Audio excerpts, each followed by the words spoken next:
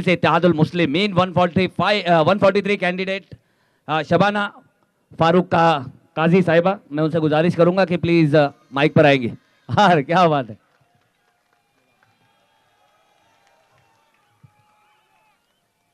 बिस्मिल्लाहिर्रहमानिर्रहीम।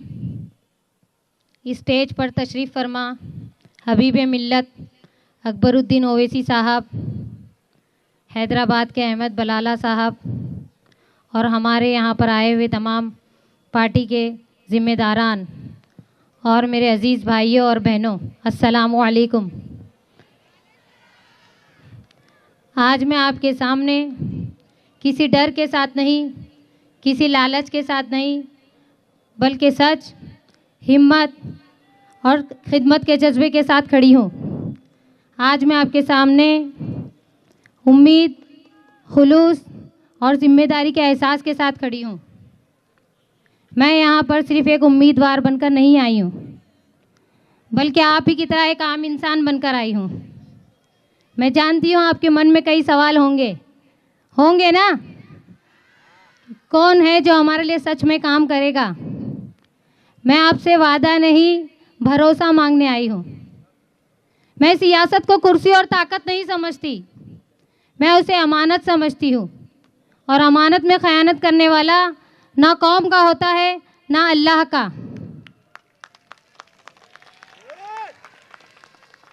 आज मैं आपके सामने दो ऐसे अहम मसले लेकर खड़ी हूँ जो अगर हल ना हुए तो हमारा मुस्तकबिल तबाह हो जाएगा।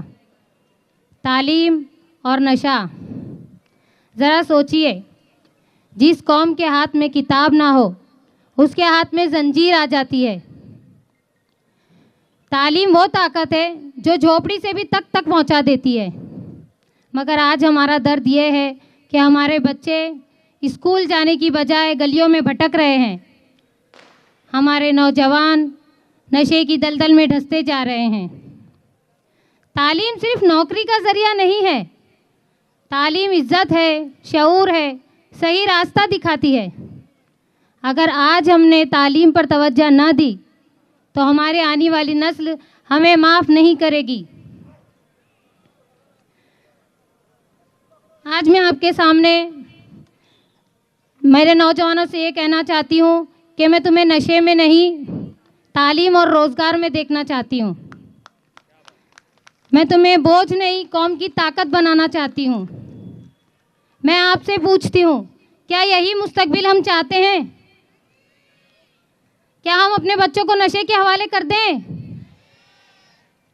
नशा सिर्फ एक नौजवान को नहीं मारता, नशा एक माँ की नींद छीन लेता है, नशा एक बाप की मेहनत चला देता है, नशा एक घर को बर्बाद कर देता है। आज मैं आपसे खुलकर कहना चाहती हूँ कि अगर आपने मुझे मौका दिया तो मैं नशे के खिलाफ सिर्फ तकरीर नहीं करूँगी, मैं मैदान में उतर कर लड़ूंगी। मैं आप ही के गांव की बेटी हूँ, आपके बीच में रहकर ये काम करूँगी। मैं आपसे बड़े बड़े दावे नहीं करती, पर ये यकीन ज़रूर दिलाती हूँ कि मैं आपको सुनूंगी, आपकी आवाज़ बनूंगी और आपके हक के लिए हर सही दरवाज़ा खटखटाऊंगी। लाइट, पानी, सड़क, गटर, ये सारे मसले तो आते जाते रहेंगे, पर असल जंग है तालीम, हॉस्पिटल और नशे के खिलाफ। बीएमसी हॉस्पिटल में हमारी माएँ बहनें घंटों लाइन लगाकर खड़ी रहती है। लेडीज़ डॉक्टर नहीं मिलती, पेशेंट पर ध्यान नहीं दिया जाता, हमारी माँ बहनें तड़पती रहती है। ये नाइंसाफ़ी है। इलाज किसी का एहसान नहीं है, ये हर शहरी का हक है। जब तक मेरी माँ बहनों को इज्जत के साथ इलाज नहीं मिलेगा, मैं खामोश नहीं बैठूंगी। और एक और अहम बात मैं आपसे कहना चाहती हूँ, वो है हमारे बुज़ुर्गों और बच्चों के लिए गार्डन होना चाहिए, जहाँ हमारे बुज़ुर्ग 2 लम्हे सुकून के जाकर गुजार सके, जहाँ हमारे बच्चे मोबाइल और गलियों से निकलकर खुली हवा में खेल सके, सेहतमंद बन सके, जहाँ हमारी औरतें सुबह शाम सेहत के लिए वॉकिंग करने जा सके। आज हमारे इलाके में ऐसा कोई महफूज गार्डन नहीं है जहाँ हम इत्मीनान से जा सके, अपने बच्चों को भेज सके। अगर आप हमें जिताते हैं तो मैं वादा करती हूँ हम गार्डन के लिए एक मजबूत मांग रखेंगे, इंशाअल्लाह। अगर आप लोग हमें जिताते हैं, आप लोग हमें अपना कीमती वोट देते हैं, तो मैं वादा करती हूँ हम मिलकर चिता कैंप में एक नया इनकलाब लाएंगे इंशाअल्लाह। आप लोग तालीम के हक में वोट दीजिए, नशे के खिलाफ वोट दीजिए, अपने मजलिस को जिताने के लिए वोट दीजिए, अपने बच्चों के रोशन मुस्तकबिल के लिए वोट दीजिए।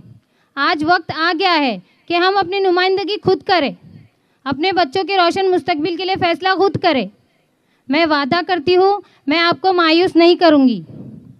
आज हम आपसे कह रहे हैं कि आप वोट दीजिए, कल आप लोग खुद वोट देने आएंगे इंशाअल्लाह। अल्लाह हम सब का हामी व नासिर हो, हम सबको सही फैसला करने की तौफीक दे। आमीन। अस्सलामु अलैकुम।